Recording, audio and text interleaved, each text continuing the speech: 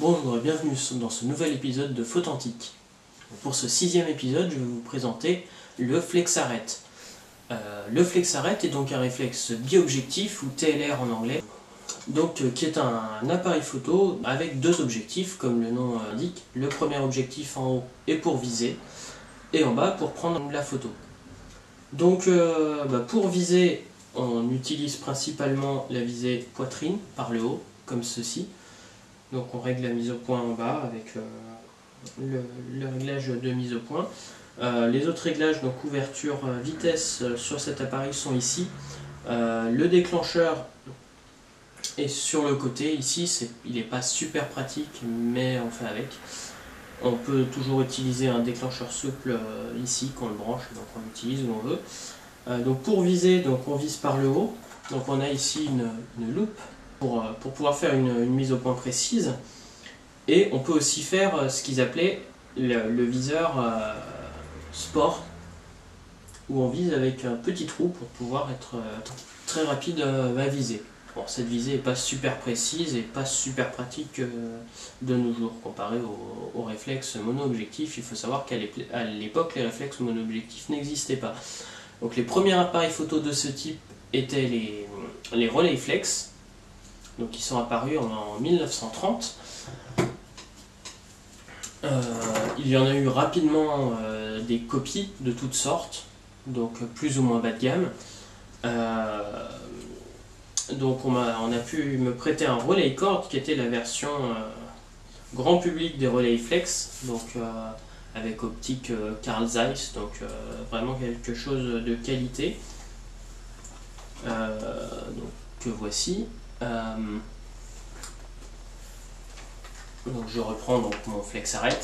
Donc le flex-arrêt est une copie tchécoslovaque du Rolleiflex. Il reprend une grande partie des caractéristiques du Rolleiflex original des années 30 avec une optique plus moderne. Donc l'optique est vraiment de qualité, elle équivaut à celle des Rolleiflex. La mécanique est aussi de qualité. Par contre, un défaut de cet appareil est que l'avancée du film n'est pas super précise comparé au Rolleiflex. Il y a un compteur de vue sur le côté, mais malheureusement, il ne faut pas forcément en prendre compte parce qu'il est pas très précis. Dès qu'on bouge un petit peu comme ça n'avance pas le film, mais ça fait avancer d'une photo. Et quand on avance à fond, des fois ça avance trop, des fois pas assez, donc il faut se fier au numéro qui a marqué sur le film derrière. Pour parler un peu de l'histoire du flex-arrêt, donc c'est un appareil photo tchécoslovaque. Donc, le mien date de 1954, cette version-là a été produite entre 54 et 56. C'est le flex-arrêt 3A.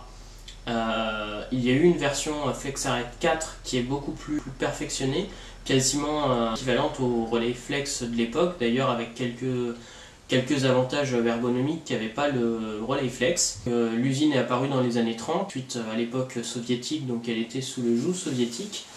Et en 1970, un des mystères de la planification soviétique a fait qu'ils ont fermé l'usine et envoyé tous les moules et toutes les machines-outils en Allemagne de l'Est.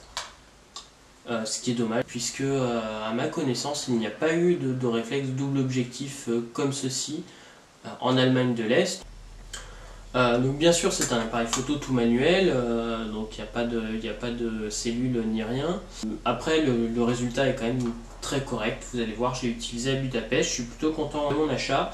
C'est un appareil photo qui a vraiment une qualité correcte et à part son problème d'avancement, c'est un appareil solide, tout mécanique et qui fait des photos de très bonne qualité. Donc voici le résultat des photos avec le flex-arrêt à Budapest.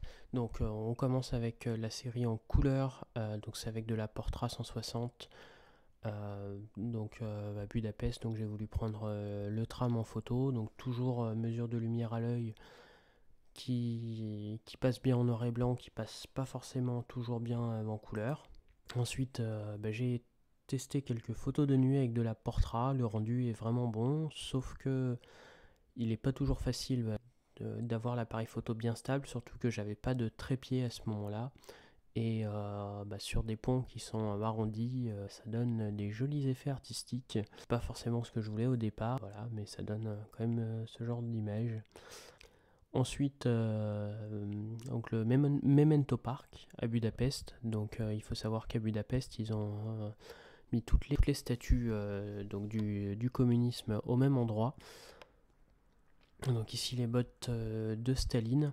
Alors il faut savoir que j'ai eu quelques soucis avec cette pellicule, elle avait un défaut et ça fait un tas de points blancs dessus.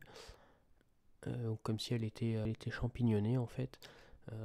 Donc c'est de la pellicule chinoise, de la Shanghai GP3. Donc sur les 10 que j'ai faites, c'est la seule qui a eu ce défaut. Mais je trouvais que ça allait plutôt bien avec l'ambiance. Donc c'est toutes les statues du communisme qui ont été retirées du centre-ville et qui ont été mis donc dans un parc. Marx et Lénine, l'entrée du parc, le musée.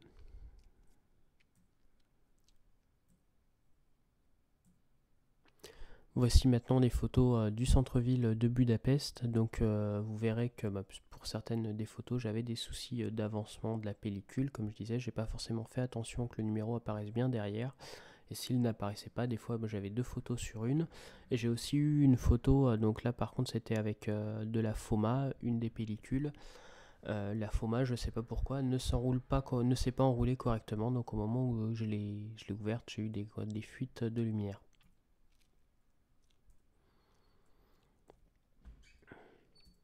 Donc c'était Budapest sous la pluie, donc pour certaines aussi j'ai des gouttes d'eau sur l'objectif que je n'ai pas vu en prenant la photo, vu qu'on ne vise pas avec le même objectif que celui où on prend la photo. Donc j'ai aussi des doubles expositions, donc si je me souvenais plus si j'avais avancé ou pas le film, des fois j'exposais 2 fois au même endroit.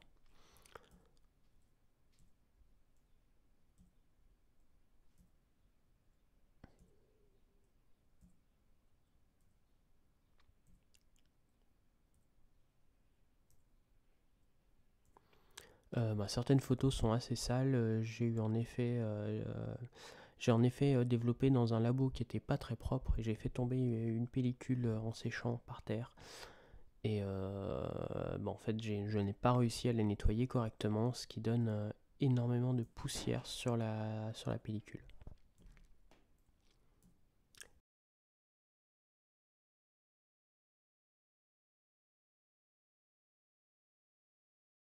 Et enfin, donc une photo qui a été prise à Monor, chez l'ami qui m'hébergeait, donc à côté de Budapest. Donc avec des anciennes usines et puis surtout la gare où j'ai essayé de jouer un peu avec les trains qui partaient vers Budapest. Voilà, la série est terminée. Je vous donne rendez-vous pour un prochain épisode sur cette fois-ci un appareil photo très bas de gamme. A bientôt.